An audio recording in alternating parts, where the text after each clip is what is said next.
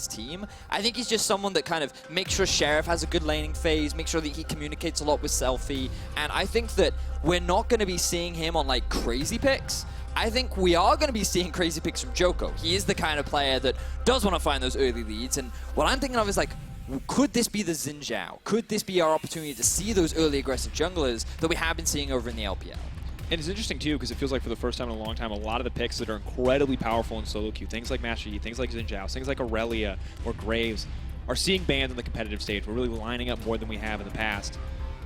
Aurelia taking off the board, they're not going to get the chance. Tarek taking away a lot of those more unique strategies where your mid laner becomes a support. Yep. Remember that we have also seen things like Braum Graves work as a duo. Nunu Karthus is another one that we've been seeing.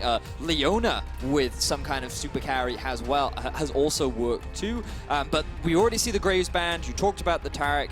Maybe we could see it, but I feel like that with so many target bans towards it, that won't be the priority. It'll be a little bit more meta, quote unquote, with a couple of flex options. I guess we call it a standard. Yeah, standard. Tanks, bruisers in the top lane, mages in the mid lane, maybe. We're going to find out. Lulu also taken off the board, yet another fantastic supportive pick in this meta. H2K, see what they want to go for. Zoe, interestingly enough, rising in the EU LCS as a priority pick. Second time she's been picked in first rotation across 2 games. We've also got to remember that for Selfie, Zoe was one of his comfort picks during the regular season. It's something that he did often trend towards. And I feel like it is just generally pretty strong right now. The amount of siege that it can provide. Typically in the 1v1, she does well against many mid lane champions. And you know, we already talked about 80 carries that are still viable in the meta. Now we're going to see one. Absolutely. Lucian, so strong, still potentially a flex pick. We've seen it mid, I think, most recently when it was viable last. Now taking their time on what exactly they want to lock in. Maokai, potentially a tank for the top lane. Never mind. I have no idea where Maokai will go if it gets locked in. It could be a Maokai pick, could be yes! But Talia! We forgot about her. We did! She's a jungler now and very likely to go into the jungle. BDD in the LCK has played her in the mid lane, but from everything we've heard from European pro players, she will most likely go into the jungle. She is really, really strong. She has very good clear speed. She has a lot of damage. She is very mobile as well because her passive got changed. Her ganks are pretty effective because the amount of control that she has with her E. I'm also now 3 for 3 on my picks to watch, so humble brag there. Even though it was a little easy, I must admit. You had a bit of time. You had a bit of lead in here, and now another pick, Vedius. Yes! The Dark King himself, Nocturne, makes his way onto the Rift. Oh, this is going to be so much fun. For those that don't know, I am a Nocturne one-trick. I play him in the mid lane, but I also love him in the jungle. As a champion, I think he's great. He has so much burst damage, and at level 6, we're going to see so much fun. This is my favorite meta ever. Expect a lot of activity there. Want to see how Shook is going to play the Nocturne pick. Level 6, the ever-crucial power spike, as you already mentioned. Ornn now, still as strong as ever, has been played in the bottom lane as well as the top lane, as well as the mid lane. It's a counter to some options, so can still go anywhere, although at this point, very likely that the Zoe will be the mid lane choice. Tahm Kench now rounding out the first pick phase for Giants as we head into the second ban phase. Oof. All right, so to break what we got so far down, you have pressure in the middle lane from the side of H2K and the Zoe. They can now look to ban away more mid lane champs to kind of guarantee that pressure in the middle half of the map. Giants have drafted themselves a pretty strong 2 versus 2 down towards the bot. Tahm Kench often does very well into bruises because it's easy for him to close the gap. He has decent damage as well that you can't really disrespect. And the thing you have to bear in mind from H2K is the amount of flexibility that they have. The Ornn can go into the bot lane position or can go up towards the top. He can be both the carry, or he can be the support in the bottom side of the map. And H2K still have a lot of room to vary with the composition that they've drafted. And you can see Draven banned away, not wanting to put Lucian up against the Draven pick. Shen banned as well. We've seen this guy be really good in the bot lane against some of the more bruisery options, as well as just a generally flexible pick in the meta. See what the final ban is going to be from H2K as they round this out before passing it back over to Giants for their 4th pick. Aatrox taken off as well. That does imply that the Ornn will be heading towards the top lane if they wanted to take things away like the Shen and the Aatrox, which are pretty strong, especially early duelists. Early duelists for Shen, typically not so much for Aatrox, but he usually gets a free laning phase. So those will be taken off the board. Now you're looking at priority for something like the top lane, because you imagine we have jungler, or also the mid lane, which in terms of what is available, it looks like the... See, I don't agree with this at all. I don't agree with this whatsoever. Here's the thing we got to remind people, though. Betsy is a madman on Azir if he can get to late game. If he can get to late game. Early mid, still rough, but this pick is so good for Betsy in the late game. Koobs, the self-proclaimed late game king, Sure. clearly wants to take it there, but I agree, Vedius, this could be questionable. Like, the thing is, this Zoe was picked as a counter to Azir all throughout last split. Not only that, like, the meta is not about late game right now. Sure, he can self-proclaim as being a late game king, but in order to get there is a very challenging task, especially when you look at the amount of engage that H2K are drafting and potentially going for a lot of kill pressure down towards the bottom lane. Sorry, Vedius. I really want to see this pike pick. It's a I think hover. he's teasing us. I think he's teasing. Okay. If this gets locked in, I am not entirely sure exactly what H2K's lane setups are going to be, but we will find out. Soraka locked in the end. We have double support picks on the side of H2K. I actually think it's Ornn in the bot lane position and then Karma top. That would be my initial guess. We'll see how that pans out. Wait a second. Remember, what we're looking for right now is we have the mid laner. The last thing we're looking for is a top laner. That's what we're expecting from Giants. They're not entirely sure who's going top lane. It's either Karma or the Ornn. And so they're just going to pick a fairly safe tank, something that we have been seeing arise a lot more in the recent meta. Something to mitigate Nocturne's potential to get right into the back line. Options to disrupt with the hammer, with the knockback there. Now, Vedius, we have to remind people 20 seconds is the last chance to swap anything. So when 20 seconds comes around, we'll 100% know. Giants feels pretty locked in. There is still some flexibility on the side of H2K. This could be the first instance of Karma Soraka bot lane. How interesting. Oof. I'd be a little bit surprised. I think I'd prefer the Karma up towards the top side of the map if you do want to run the Karma. The fact that they have drafted themselves a Karma, I think, is just quite unique in its own way. It will be guaranteed going down into the bottom lane. I think you're going to struggle against the Lucian. Yes, you'll have a decent amount of wave clear. You should have healthy amount of sustain, but Lucian is considered a bit of a lane bully, especially when he has those extra auto attack damages and he can just dash into your face. He has the security of a Tahm Kench as well. Maybe against the Soraka you have to be careful because every time you dash in, the silence can come down. And here's the thing, Vedius, we saw last game how important push priority is. And a Karma Soraka lane that's fair. is gonna push, Vedius. We know that for sure. But the picks I think we have to keep our eyes on. Talia jungle. First time we've seen in the EU LCS. Nocturne jungle coming in as well. A pick you know very well. The level 6 is important because we got a Tahm Kench, we've got a Nocturne, we've got a Talia. People are gonna be moving around this map. And we gotta see where they're gonna end up here in our second game of the day. So, in terms of compositions, I mean, Giants, they do kind of want to get to the late game. You have the Essence Reaver changes on the Lucian that make him like a real terror once he hits 2 to 3 items. Azir, naturally, always going to be scary once he gets to that 3-item mark, which we'll see if he's able to get there. But Djoko on this Talia, you can make a lot of stuff happen in the early game. You're a very good fighter, you're a very good duelist, you have a lot of mobility. Your clear throughout the jungle is very, very effective. So maybe they're looking at jungle to be Djoko to be that early jungle pressure and to kind of enable his team to sort of scale towards more of the late game and team fights. And now you already mentioned this, Vedius, but one thing to note about Talia, why she is being played in the jungle. Changes coming through, passive activates faster, gives more movement speed, so she roams really well. And Q, yes, it sucks at clearing waves in the mid lane for the most part, but it is so good now at killing jungle camps. The single target damage, incredibly high at just about every stage of the game. Yeah, it does full damage to minions and monsters, which is like really, really good. And it's something that really enables Talia jungle, which in the past, because every time you would hit a minion, it would each subsequent Q would then do less damage. So the jungle clear is absolutely phenomenal. And we'll see where Djoko looks to try and start. Remember that we talked already a lot about like early game playmaking from the side of Giants, and that is the kind of player that Djoko is. He's always been someone that is willing to sacrifice his own farm in order to find those early advantages for his team, and we have to be honest and say the last split was probably the best split of his career. Very good. The catalyst for Giants able to finish as well as they did. Early in the split especially, so often the person that let them get at least far enough ahead or stop them from bleeding to get them to the late game. We'll see if he can do the same here. Betsy back on that Azir. Looking for that scaling option. Shook gonna take away the blue buff though. Strong early start from him. Trying to disrupt the hyper clear speed of this Talia jungle using Djoko. Leashless there, and it's gonna move straight to the Scuttle Crab, it looks like. It looks like they're just trading each side of the map. Shook wants to kind of have a bit of control towards the bot side, but very early gank potentially coming out from Djoko. A Djoko classic, but there is a ward in the river from the side of H2K, so Smittyj is able to read that one out, play it a little bit more defensive. It is just sitting underneath that red ward. Yeah.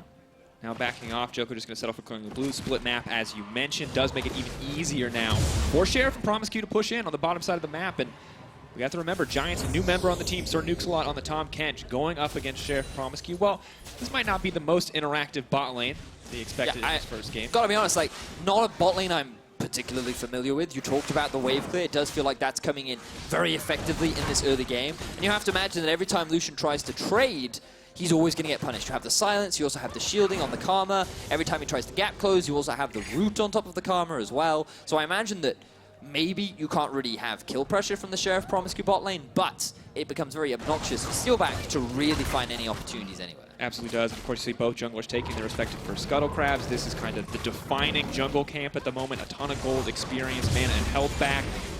Really crucial for both these guys. You're going to see level 3s coming in on both sides as well. It really just continues. These guys fearless about going into the enemy jungle, clear out where necessary. They both see that the map has been split. Kind of this gentleman's agreement, Vedius, that either one of them are going to look to contest. And pressure continues to rain out for Giants on the top side of the map and bot lane, as expected, going against them. Yeah, so advantage in the bottom line, side of the map for H2K. They did also have the jungle assistance, and that nicely transitions us to talk about Nocturne. Now, I love Nocturne. I'm going to give you a minute. Get a minute anytime you bring up Nocturne, because I know you'll go forever. That's true. So, I just want to talk about two of my favorite things about Nocturne. The first one is a lot of people underestimate the amount of damage that he gets from his Q, right? So at level 1, you get 20 AD from just sitting on the Q. At level 5, you get 60. That is a BF sword, a long sword, and that is an additional 580 on top of that.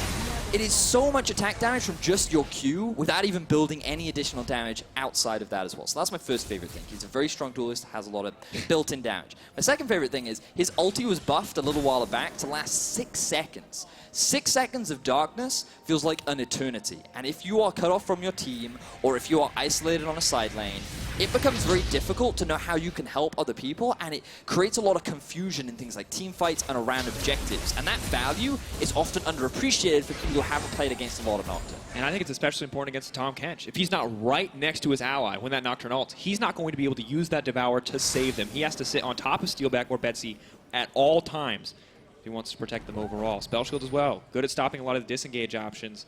Like the Taliyah, like the Azir, who can kind of try to stop the Nocturne from getting on top of the team. And the one thing I will say is, while Tom Kench will help in terms of mitigating the one-shot potential that I imagine Shook will go for in terms of the builds that he will aim towards, things like Djoko on the Taliyah and Azir running Cleanse, they are very easily one-shottable when he completes his jungle item and he completes the Duskblade. He's going for the lethal tempo, very common all across the word, that giant boost of attack speed that you have once you make contact with your opposition or after the slight delay. Very, very effective at following up from all the burst damage. And he is going to get the second Scuttle Crab spawn as well, so 2 going over to H2K, and you can see a long time since we last saw Nocturne in the hands of Shook. That's like That's many 5 years ago? 4 or 5 years ago? Can we get it translated to years, please, stats? We don't want to do math. Doing math is a dangerous trap live on air. But so far, this early game has been very, very standard. Nothing too exceptional. H2K, we talked a lot about how they have priority down towards the bot side of the map. They have been slowly pushing in towards the tower. Djoko, he's been kind of looking for a couple things. He looked for a bit of a gank top lane. He's hanging around mid, looking for an opportunity here. But H2K, respecting a lot of the early game damage potential, they know that Shook isn't 6 yet. But when he gets it, that's when the laners can look to be a little bit more aggressive because they know they have the jungle support. Now I want to see Vedius. We saw Sheriff, Promisq dominate the early push pressure, but Djoko's on the way to try to shut this down. It has been spotted out, but are they willing to go for a dive here to shut down this bottom lane? And can the push be actually sustained now that Lucian's gotten a chance to go back, getting a few items under his belt? Find out when they do return. For now, keeping an eye on the mid lane. We talk about going late game, Vedius, and I think we have to evaluate who actually comes out on top the later we go. And yeah, you've got 2 supports, you've got a lot of shielding for the Nocturne, whoever wants to dive into the backline, but Azir Taliyah feels unstoppable to me in a late game fight. It is really good, and again, we talked a little bit about it earlier with Essence Reaver changes, where now when you ulti, you basically have like a lot of cooldown reduction on all your other abilities. It makes Lucian really mobile, it gives him a lot of extra damage because he is so reliant on his abilities, and he does become a pretty effective mid to late game threat. So yes, I look at this Giants comp and off the back and say, especially when you have this big frontliner on Poppy, you have a Tom Kench support as well, like there is a lot of team fight power in this composition. But H2K, always a but, Vedius. they have 2 damage dealers. When you look at the straight 5v5, sure, Zoe isn't amazing because she's often single target. Nocturne is also relatively single target, but you have so many supports that it's kind of like a composition that's almost built around the Nocturne. A composition that basically enables him to dive in. He has follow-up with the Ornn, or the Ornn acts as the initial engage, with which is then followed up by the Nocturne. But you then have all these shields and support and poke from the Karma, and you have the heals from the Soraka too. So you think that you can just one-shot this Nocturne? Well, no. It's not as easy as it looks based on the composition around them. So yes, on paper, I would say the Giants have a strong team-fighting composition, but without having seen how this comp works in practice, I don't want to completely count out yet how effective this composition can be. No, of course, execution always going to reign supreme as we move later in the game. And you talked about Nocturne, so squishy. He goes full AD, so easy to kill outside of those one-on-one scenarios. But yeah, Karma, Soraka, they do pretty nice mitigating into that action. Now, interestingly enough, Giants trying to take priority back from bottom lane. Can't get it with just 2 members, so they send a 3rd down. Djoko on the Talia going to move there, but level 6 is coming for Shook. This is what we talked about, the big moments for that Nocturne, opportunities to start to look for those pickoffs. So now one thing I don't know is, because you have the, I'm looking towards the top lane. You talked a little bit about it. Here comes in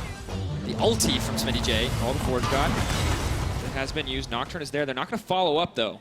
Trading ultis back and forth. Nothing really burned in the end. So well played by Ruin to stop anything from happening. Yeah, exactly that. I'm a little curious as to what happens if you ulti a Poppy when she does have the shield up around her, because you become unstoppable in the Nocturne channel. So we'll see how things play out. Now Tahm Kench ulti towards the top side. Back. Looks like Smittyj could be the one who's caught out. Nocturne nowhere nearby. Ruin hitting level 8 as well. Pretty easy just to cut him down at this stage. Who are they going to give the kill to? Looks like Steeelback. Gonna grab first blood in this game. Nice start for the Giants lineup. I like the decision-making here from Giants. They recognize that they cannot hold down this bot lane tower. That is why we saw Djoko move towards the bot side of the map to enable this trade towards the top side, and Giants find themselves with first blood. And now I want to see how they snowball it. They've got control over the top side again. Djoko is there. You can see Promisq and Sheriff. Soraka Karma lane. Gonna do what they can to hold this, but they have to be careful. Promisq is going to get knocked back. That burst damage is insane from the Talia early on. She doesn't even have any items. Just cuts through the health bar of that Soraka. Gotta be scared. You gotta respect that pick. Yeah, good damage there from the side of Giants. They will force the heal out from Promisq. And I'm looking now at what Giants will continue to do in terms of their next few moves. They've now swapped up the map. They do find themselves that early kill. They've gained a bit of vision control towards the top side. Now the bottom lane is actually going back to base. Now remember that Steeelback does have the teleport. There is a minion wave towards bot side. Will they look to try and make a push towards the bot, maybe trade back, or will they continue to stay in the 2 versus 2? It looks like that they're going to stay the way they are, and they just kind of want to buy more time. Remember that this composition is gearing towards the late game. They don't want to snowball out of control, so they're just trying to mitigate as much of the early pressure from H2K as possible. Yeah, just swapping back and forth, keeping us in this laning phase. Happy with their respective matchups because, you know, Steeelback, yes, he is getting pushed in. Yes, there is a CS deficit, but they haven't lost any towers yet. H2K haven't snowballed, haven't been able to use that Nocturne really to any effect whatsoever, and things are only going to get easier. You can see healing reduction comes in for the Lucian, as well as lifesteal. Very lane-focused itemization, I think you could say, coming out. It makes sense, but it is going to make it a lot harder for the Karma and Soraka lane to do anything when Djoko does show up. And yeah, Djoko is hanging around this duo a lot. They recognize, okay, there's a bit of kill pressure here. We can maybe take advantage of this, but now Shook, yet to use his ultimate. He's level 8. I want to see him throw out a gank somewhere. There's no point sitting on that cooldown if you're just going to run around and farm. Try and get a summoner spell out from someone. Try and make pressure happen as we see going back. Beautiful play from Selfie to evade the ult there. The Emperor's Divide not going to work out. Zoe's always going to go back to where she comes from. Buy a bit of time, but Giants ready to pull the trigger there. Yeah. Sanuks a lot, really trying to be proactive with this Tahm Kench ultimate. Funnily enough, more proactive than the Nocturne is right now. He's been able to find 2 successful ganks and able to force a couple summoner spells out. Now Shook hanging around the bot side. They want to secure this first tower as a trade for the Rift Herald. Difficult spot to be in too. Yes, Poppy doesn't have any armor, but her health bar very much full. Steeelback going to take a huge chunk there as the Soul Flare comes out. Shook's going to grab this one in the end though. So all in all, it feels like Giants' game. The goal difference is minuscule. In terms of early control, however, H2K do fire back. The early tower pressure that they got for the Soraka Karma finally paying off as they grab that first tower, and it is traded for the Rift Herald in exchange. Yeah, so I think Giants can be pretty happy with that trade. You already talked about the items that were coming in from Lucian and how they will enable him to have a little bit more power in this 2 versus 2. Djoko just going to throw the Rift Herald out. We talked about the changes that happened to Rift Herald. Basically, if you protect her, she's now much more effective at taking towers because she can do more damage to them. But if she also takes more damage if you hit that big juicy eye on the back end. So that's the thing you got to be careful of. And it looks like Giants just wanted to throw it out to get a little bit of extra damage. But so far, the Azir pick doing okay. Lucian and Tahm Kench holding their own in the bot lane. And maybe they will be one of the teams to bring us to late game. Maybe they will show to us what you can do with the scaling composition. But to be fair, H2K's comp, not really the most of early game focused, I would say. They got the early priority, but not much else has seemed very early game. They do have the first tower, though, and Vedius, this is when we start normally to see the map open up. You see the dual lane swap back and forth. Maybe the tempo picks up, and Giants struggle a little bit with more scaling options, but it hasn't happened yet. Only that one tower to fall. For now, Promisq and Sheriff just placing down a bit of vision. Now maybe looking for the mid lane. Mid lane tower is naturally quite low. So we're just throwing out some sparkles. Enjoying herself on the Rift. Very popular right now. We talked a lot about how she is seeing a lot of pro play pretty much all across the world. Mandrake is still up and available. Looks like that's not going to be the priority for either team right now. And it's interesting that hasn't been more of a focus on the Drake so far. It's been very much focused on trying to go for those early towers and gain map control via that. Oh, he's going to get pulled back, though. Selfie now running for his life, sped up there, doing what he can, but he is going to get taken down in the end. Betsy just chipping away with those sand shoulders. Giants taking control back of the game as they knock down their first tower. A 5-man collapse in the middle lane with no answer from H2K. Giants, they're the ones that are geared towards getting to that late game. Coops himself has claimed that he is the late game king. And so far, it is Giants that are being the proactive ones on the map, looking to punish H2K when they can. And we've got to keep our eyes on the minimap. Poppy comes in from a flank from behind. There is no vision in that half of the jungle. And while Ruin doesn't really have any influence on the gank itself, he cut off the potential escape route that Zoe would have. And after he used his ultimate, it was very easy for Giants to get the collapse. It's interesting, too, because we can see Giants punishing in the mid lane, doing so well. And on the opposite side, you know, the creative team comp from H2K is good. But I'm not sure if it enables some of their star players. Sheriff, a guy we have to talk about, has been such a consistent performer since this team turned its record around. And you got to wonder, is the Karma the right choice here for him, as the early game strategy doesn't appear to be coming to any kind of fruition? Doesn't done too much for them yet. I mean, we saw it on the analyst desk where with the roster changes, H2K really enabled Sheriff to be a bigger carry. We also saw that big highlight play that he had from last split against Giants where he got that miraculous base defense. Now that he is playing the Karma, it's harder to be that big carry naturally. You can still make some cool plays, but outside of that, you are put onto a more supported role. And so far, they're looking to try and shut that down as both flashes were used from both Sheriff and Promisq. Let's just take a second to appreciate now. First ulti I believe I've seen from Djoko. Maybe he used one off screen, but that is the third ulti from Sanuq's lot. Yet to see Shook try anything. Very disappointing as a Nocturne player, given that when you have these globals, and when you know that there are a lack of summoner spells on the map, you should try and force plays, you should look to be proactive. It is not a difficult thing to try and apply pressure with, and you don't really lose a lot as a result. And really, Tahm Kench and Talia being used so well by Giants to rotate, it's so coming in, and look, you're not going to kill in a 2v2. You're probably never killing Sheriff and Promisq, but when you can bring more members, when you can wall them off like that, you see both flashes immediately forced. And you're immediately forced to play defensively, right? Now your Soraka doesn't have a flash. She can't walk up as aggressively as maybe she wants to, because what if Betsy tries to go for a Shurima Shuffle? What if Djoko's able to land a knockback? There are all these risks that you then have to kind of pay more respect towards. And I like the proactivity that we're seeing from Giants. They've now been able to claim themselves a gold lead, but aside of that, we're not really seeing them gain pressure anywhere else on the map. And when we look across the board, you see the Lucian who was bullied out, who was suffering in pressure, wasn't getting as much support in the early game, until Djoko decided to roam down. Now even items just about. Short boots too, you know, but has a little bit of healing reduction there as well. Blade of the Rune King now completed, so things look good right now for Steeelback despite living under his tower for the first, 12 minutes of the game. And I can't wait to see him complete that Essence Reaver. Often we've seen a lot of Black Cleavers second before they go for the Essence Reaver. Have that extra bit of health. The Armor Shred also helps, but that's often seen against some of the bruises that you get down in the bottom lane. So he could go for an earlier Essence Reaver, have that extra bit of mobility. It's also a lot of AD, so it's definitely not a bad second rush. But we'll see what he decides to go for. It just gives you so much mobility, so much damage. And maybe that's what they want to try and take advantage of. Also a slight shift from Betsy in the middle lane.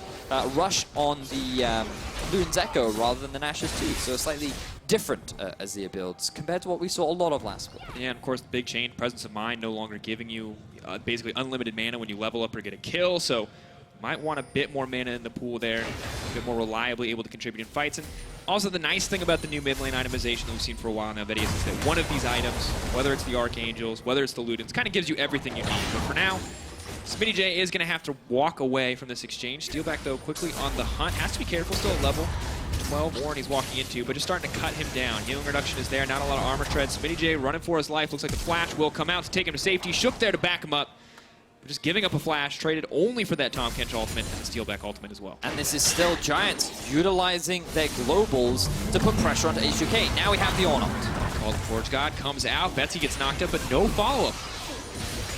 And to be fair, he was under his tower. Absolutely. I will give him that. But Vedius, I think the thing that we're waiting for, that the audience is waiting for at this point, is when does the Nocturne ult come out? Where is it going to get used? Anytime someone gets hit from that range, you kind of expect to hear darkness. You expect to see this guy go in. And of course, that circumstance, probably not the right choice. But when is the right circumstance at this point in the game? I don't know. Maybe he's waiting for the Duskblade, so he has that one-shot potential. But yeah, could have gotten it a lot faster if he killed some people in the early game. I'm just saying, like, the thing to remember is, this goes especially for champions like Talia and Tahm Kench as well. Throwing out your ultimate is, especially a global, will not hurt you like roaming to another lane if you set it up properly. Let's say you push out like top lane or bot lane, and then you use your ulti to try a play mid. Maybe you got a summon spell. And sure, it's not a kill, but it's an advantage. And then maybe you can look to make the same play again because your ulti is naturally going to be on a shorter cooldown. And with Talia, with Djoko, we've seen him use his ulti twice now just to try and make a play around the map. And it hasn't netted in a lot of kills, but now look at how much control Giants have over the map. And it is just because they are trying to be proactive versus H2K, who, surprisingly enough, are not doing a huge amount. And that surprises us, especially when you think of how well their second half of the split went and how proactive this team looked and how good they often looked in. Funnily enough, a lot of those late-game team fights, maybe that is what they're waiting for. Maybe that is the last bastion of hope, and they are relying on Shook to be the big carry with the kind of composition that they built around. And the thing is I don't know about you, for you, but for me, I haven't seen the Soraka Karma paired with the Nocturne. Maybe they know something we don't. Maybe they know that, hey, we hit this Duskblade like you were talking about. This is the moment where we start to one-shot anybody. Does not matter who's around. This is the moment we're waiting for our composition to take off. But if they keep waiting, we know that they're falling behind. We know that this Karma isn't going to scale in the same way as a Lucian or an Azir. Obviously, immensely powerful in terms of the shield, but the late game damage, not quite on the same consistent level as some of these other champions. Yeah, for sure. And, you know, we've got to also bear in mind that the gold is still very close. The towers are very even. When you look across the map, vision is divided fairly evenly, but Baron is now on the board. We talked a little bit about it last game. We're going to remind you once again.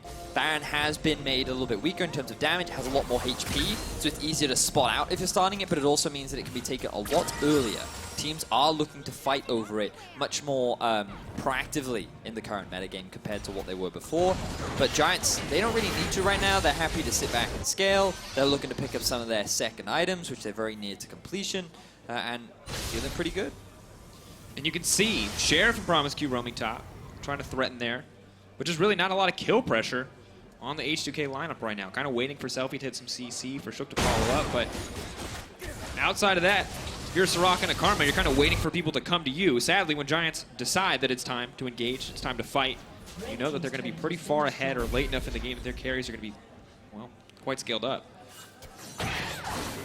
You know, this game wasn't exciting as I thought it was going to be. Drakos. Game one, we had Heimerdinger, we had K-Shots. People are dying left and right. So much action, and now it's like, let us play macro. Let us play farm and passive. It's like, okay, this could be it. They're going to look to fight right now. So Sleepy is here, going into the backline, holding onto the cleanse though, taking a bit of time. H2K sieging up. Very difficult for Giants to approach, as we mentioned. The silence, the threat there from the Soraka, the Karma as well to speed up the team if they want to get out. So that is the first tower for H2K. Yep. Duskblade not completed, but should be along shortly, so maybe this is the moment where they start to split the map up, start to pick off these members of Giants. Remember that if the Sleepy Trouble Bubble does land, Nocturne can immediately follow up and potentially go for that one shot that he does have once he's got the Duskblade. Drake now being started at 21 minutes into the game. Trying to match mountain for mountain, offer a bit more threat. They want want to go for it, but the Talia wall is coming in, splitting it off. Zoe isolated on her own side. Immediately the ulti's coming out. Djoko may have misstepped. Shook not hesitating to keep that one going. Going to try to get the fear, flashing out to safety. Soraka healing him up. Shook has made it out, but not for long. The heals are still coming. Betsy still going to grab a kill. Selfie doing what he can, wreaking havoc in the backline, pulling back, using the flash from the spell thief, buying a bit of time. Ruin's not going to have it though. He knows he's tanky enough. Steeelback is there as well. He wants to get somebody, but suddenly the Zoe's gone. He has to flash out to safety. He's not getting anything, but Ruin will grab the kill. Betsy wants to make the play. He's going to get one back. Giants coming in through the fight in the end and taking that one pretty dang clean. Such a long team fight that is eventually won by Giants. 4 for 1. The Drake will go in their favor, and Giants demonstrating the power of their team fight composition. H2K is rather reliant on the damage output from Shook, and he dives onto the backline.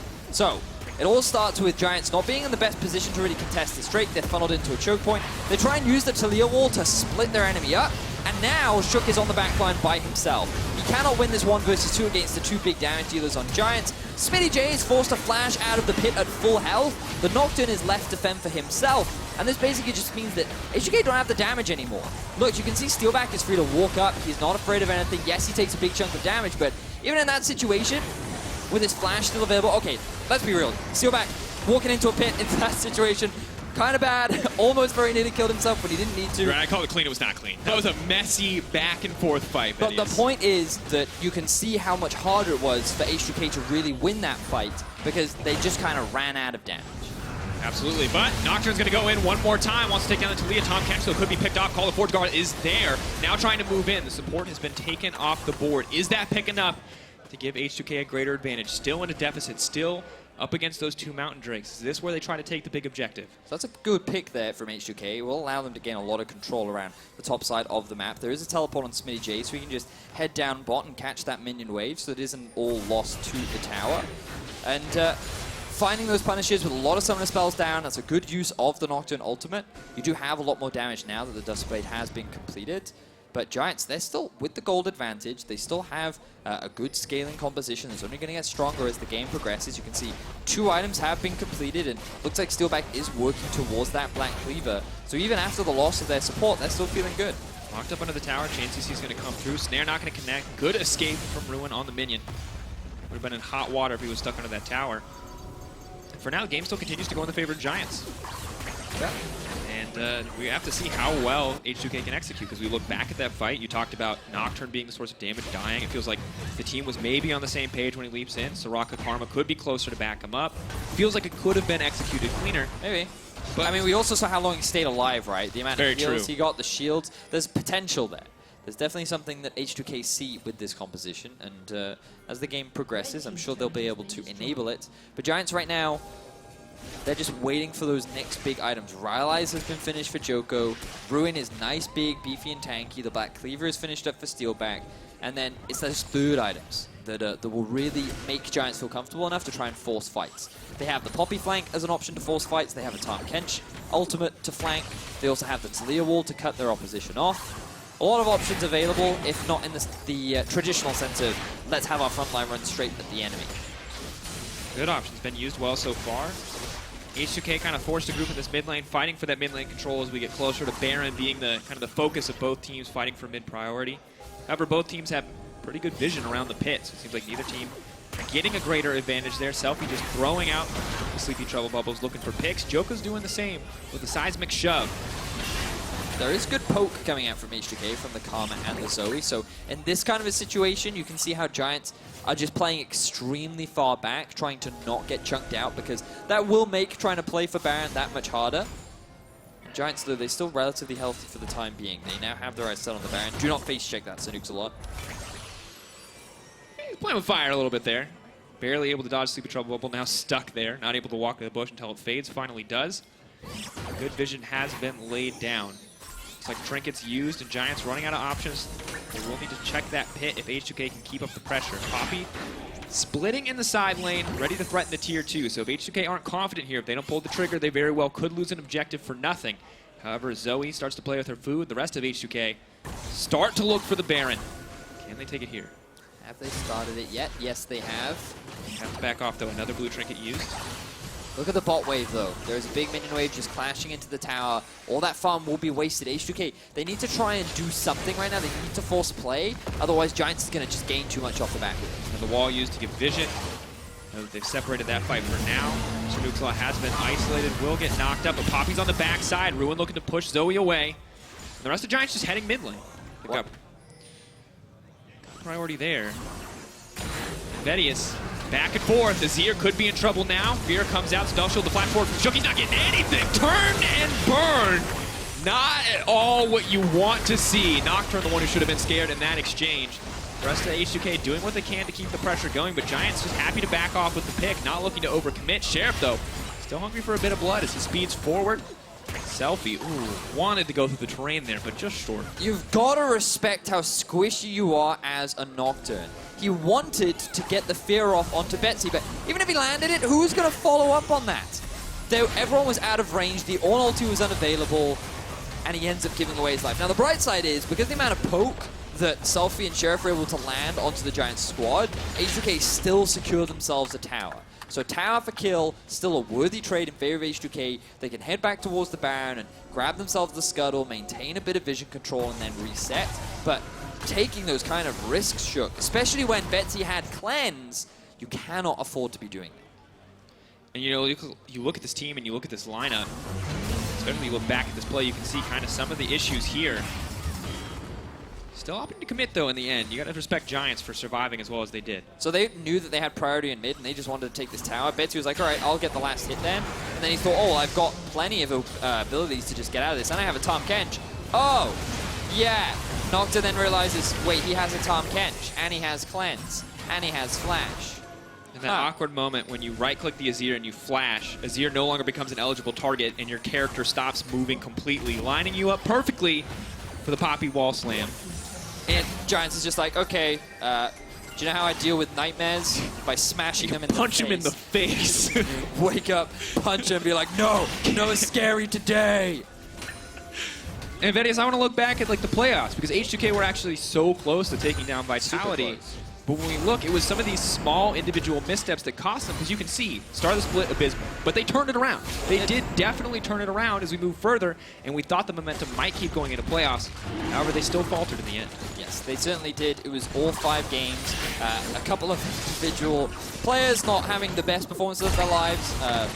Ironically, I do believe it was a couple of plays by Shook. Yeah, leaping in on Zach when he didn't need to. And the person who really stepped up, who unfortunately wasn't able to go farther, was Sheriff. And now he's not in a position to carry the game. Arma very strong, but still feels like it needs another damage threat before this champion can actually be enough to carry a team through late game.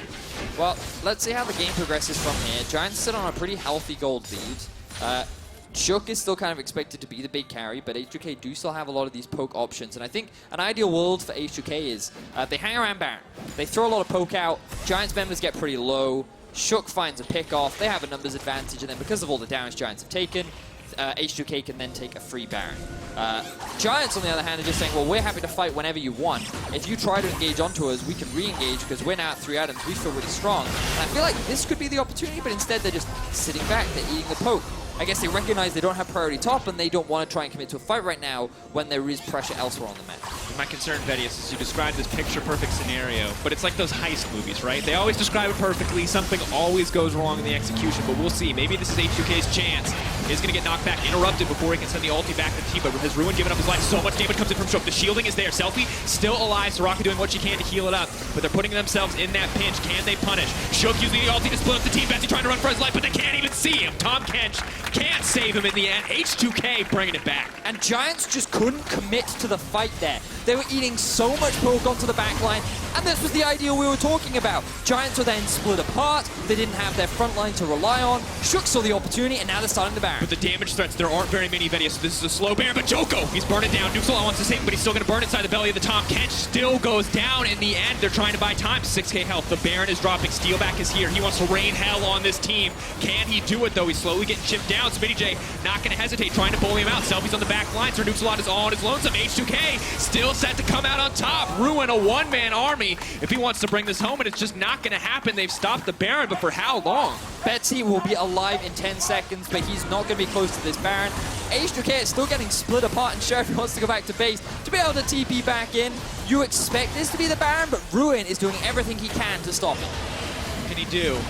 Starting to heal up, Silence caught out, going to get knocked up. The chain CC is there, slowly but surely getting chipped down. And here comes Nocturne. Sorry, can't displace that one.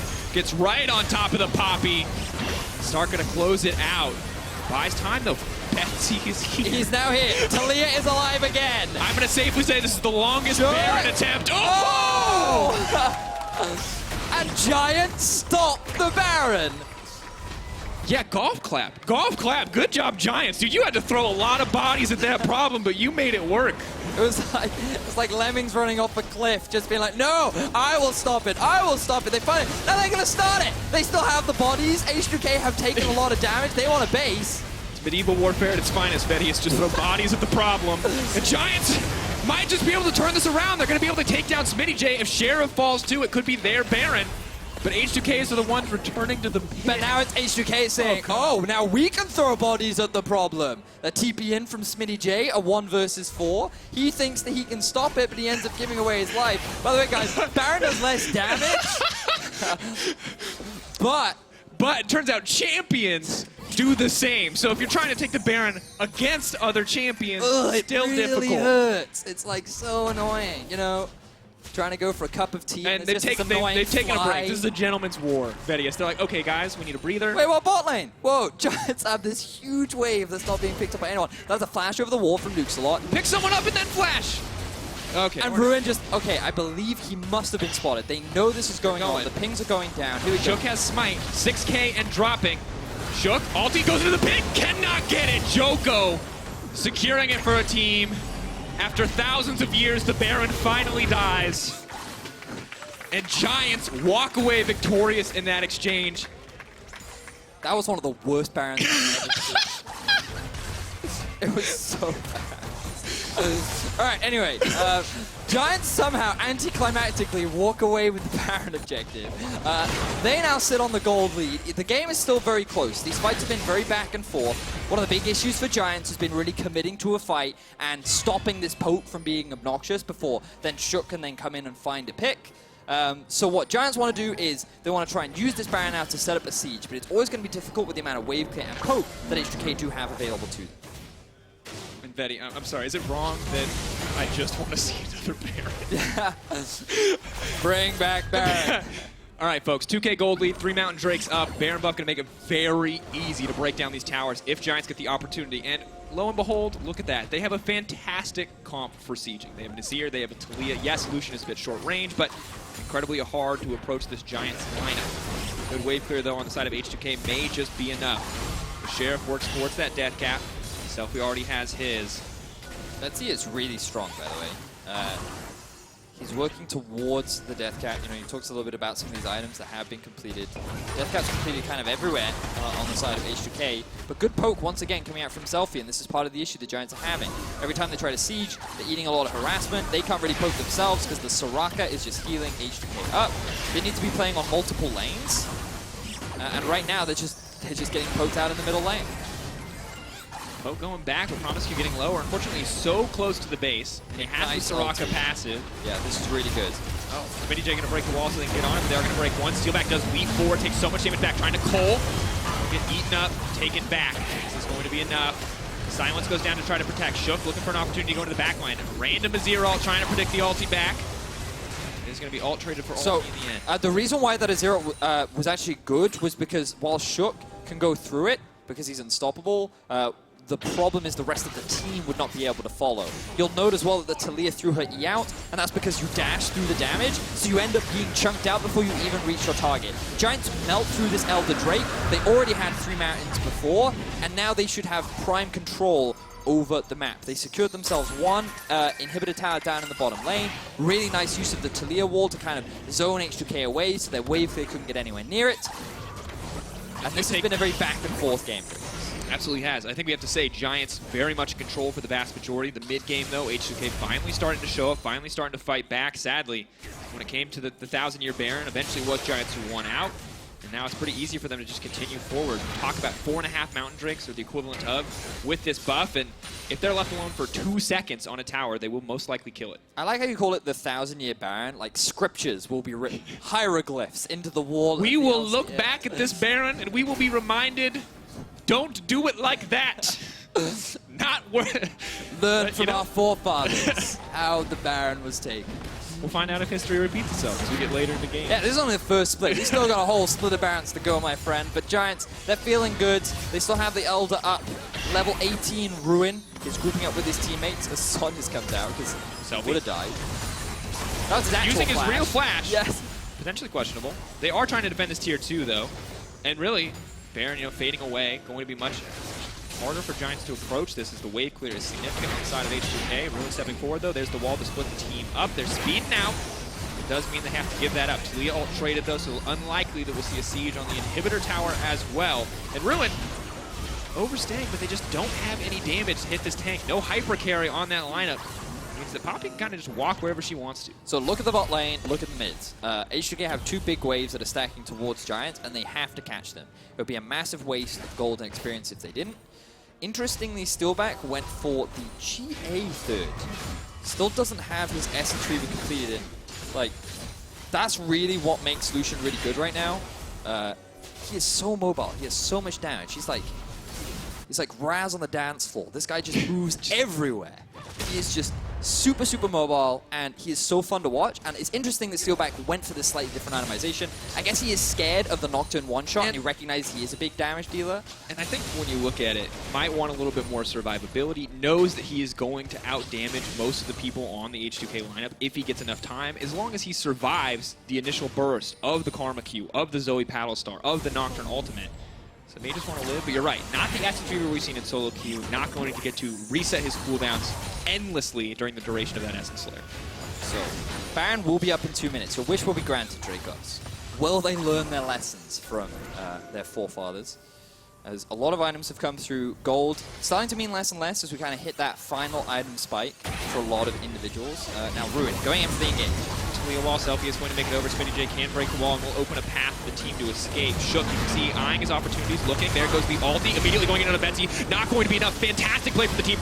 Not using the spell shield to make sure he could get onto the back line. Does get pushed back. Fantastic timing to stop it, but still the Lucian is knocked up. The tank your item still going to keep him alive for now. Locked up is Ruin.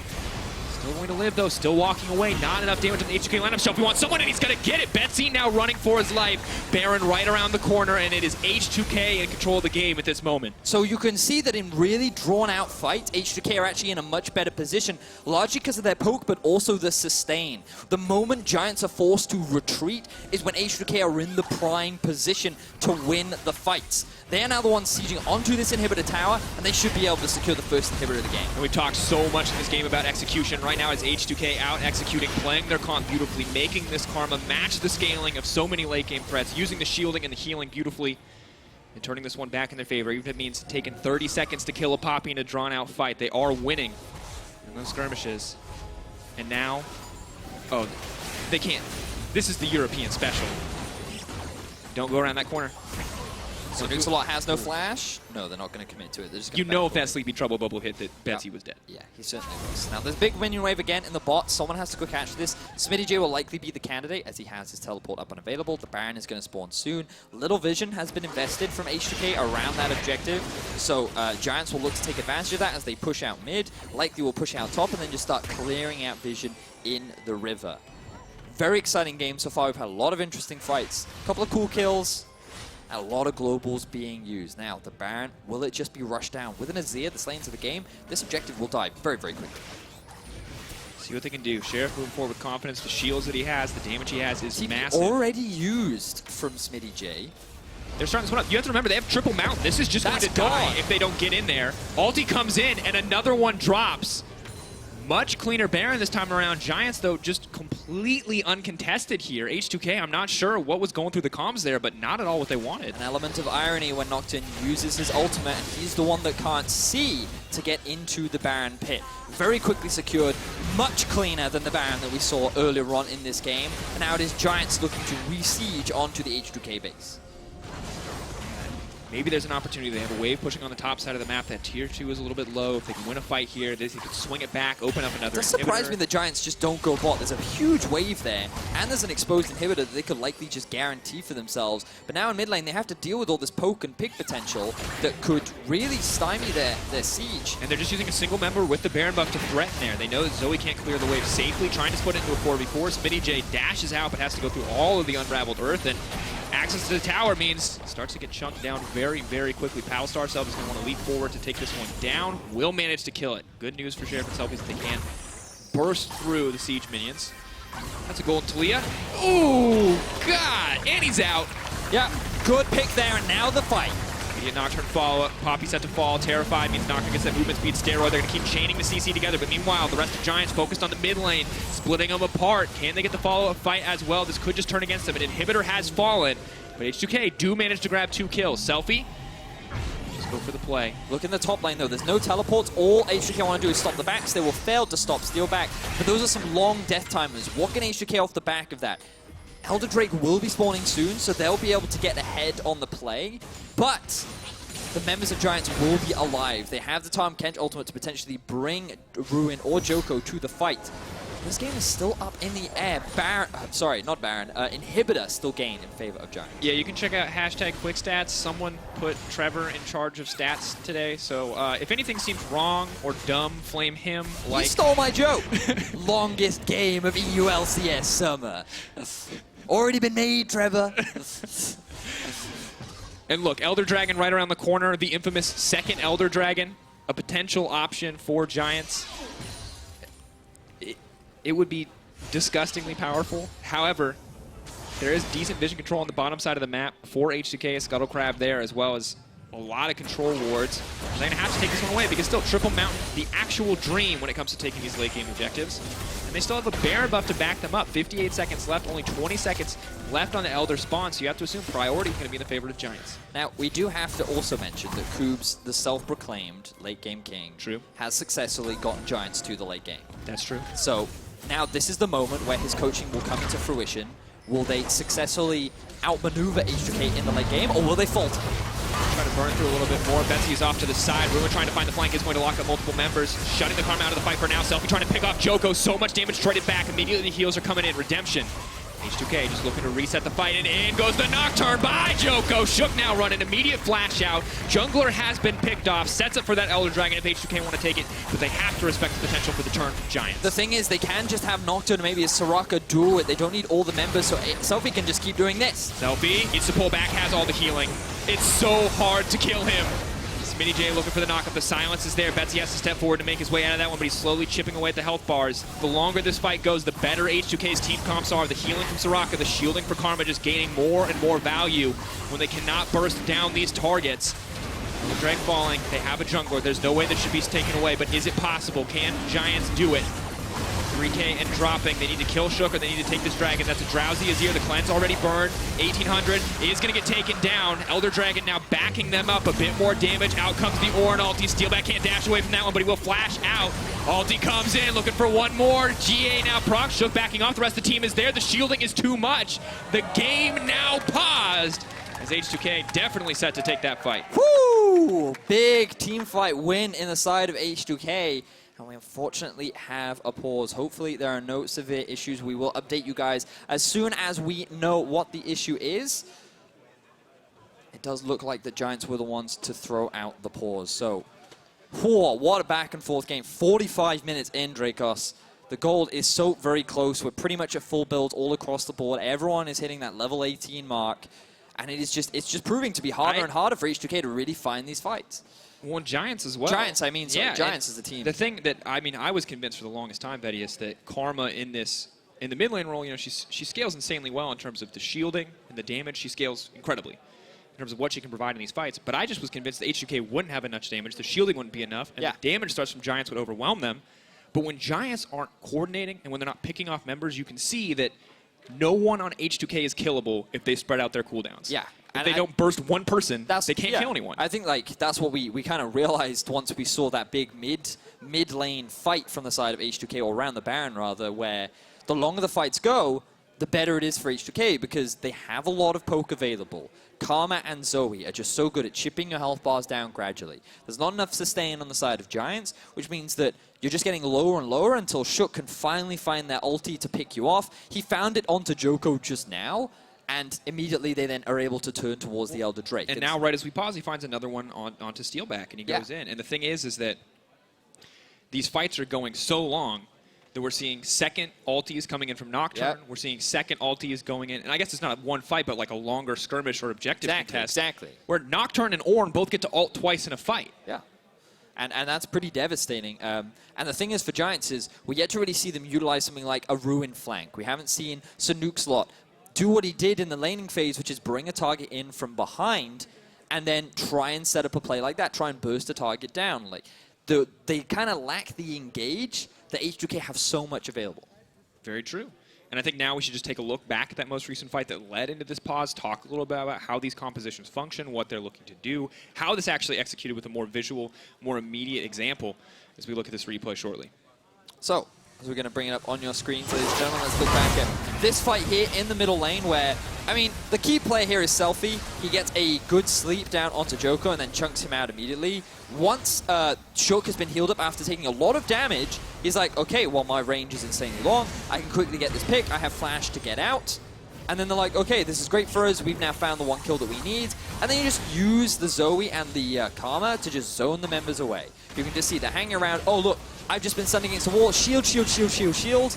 And then he's immediately just able to get out of this situation. And it all comes down to a lack of really hard engage from the side of Giants. They're just allowing these drawn-out fights to work out in favor of H2K. Working out very nicely. You saw a split call there at the start. Can't decide between which target they want. Ruin finds a great flank onto the weak backline, but no one can get there.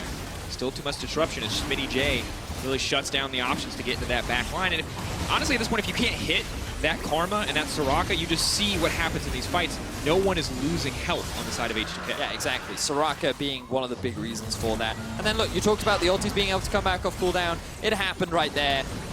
Now we're keeping our eyes on Steeelback. He gets burnt down with the Nocturne ultimate that, as you mentioned, came up for a second time. And then the pause did come through. So it was overall a well-played fight from H2K. You can see how challenging this composition is to make work.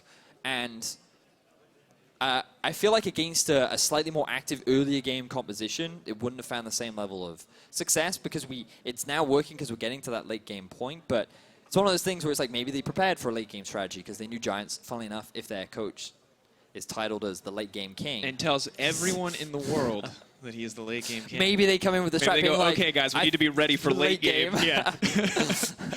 Maybe. We obviously don't know the minds of the players. Maybe we can find out in an interview later on. But Giants definitely drafted very much towards team fighting, a strategy that they went for last split, one where we kind of saw some early activity from Djoko. I really love the proactivity from Sanuxlot, the way in which he utilized the Tahm Kench ultimate to move around the map and bring other members with him. And they were able to find a couple kills. They were the ones in control of the speed of the game very early on.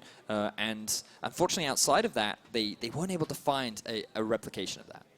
All right, so as an update on the pause, Steeelback has reported performance issue on his PC during that team fight. Now, league officials have reviewed the replay footage from his PC and have determined that there was no issues, so players will be readying up to get back into game and will continue at the point of the pause. So, looks like that we will be jumping back into game. Just to recap, Steeelback is currently in his GIA animation, and there are 5 angry members of H2K looking for his head. Now he's running, and he's going to get taken down. As Selfie manages to grab that one, Ruin will knock him down under the tower, and we'll get a kill back, courtesy of that Sun Disc. So at least oh, look at the base, look at the base! Oh, no! This is how it's going to end! Betsy! Buying time! Oh my god, he's going to do it! He's going to do it! The game is going down! Are you kidding me? Giants! Late game king, baby! Call it cheese, call it what you want! But that's a win in the end. What the hell just happened? We were paused. Betsy just ran for the base. That TP was probably happening during the pause. He doesn't even have TP. He just ran. He just ran? He literally just jogged his little bird legs. Oh, he was like, I see the base of my eyes. Look at the happiness on their faces. Oh my god. And honestly, hashtag we take those. Like, good job, Giants. I don't think either team is going to walk away from this game like, you know what, that was a clean performance, that was beautiful. But Giants walk away with a win, and you know what, that's all that matters. Wow. Okay, credit to Betsy, 19,000 gold, 6-1-1, the carry of the game. Sure, they couldn't find the late game fights that they really wanted, but they found the Nexus, and that's all that matters. Woo! What a day! What a day! We've only had 2 games, but this is by far the weirdest game. This is weirder than the Heimerdinger Fiddlestick spot. Such an odd game. Fantastic confidence there from Betsy in the end to just, hey, run it down mid, grab that Nexus. Turns out that's how you win the game. And whoo!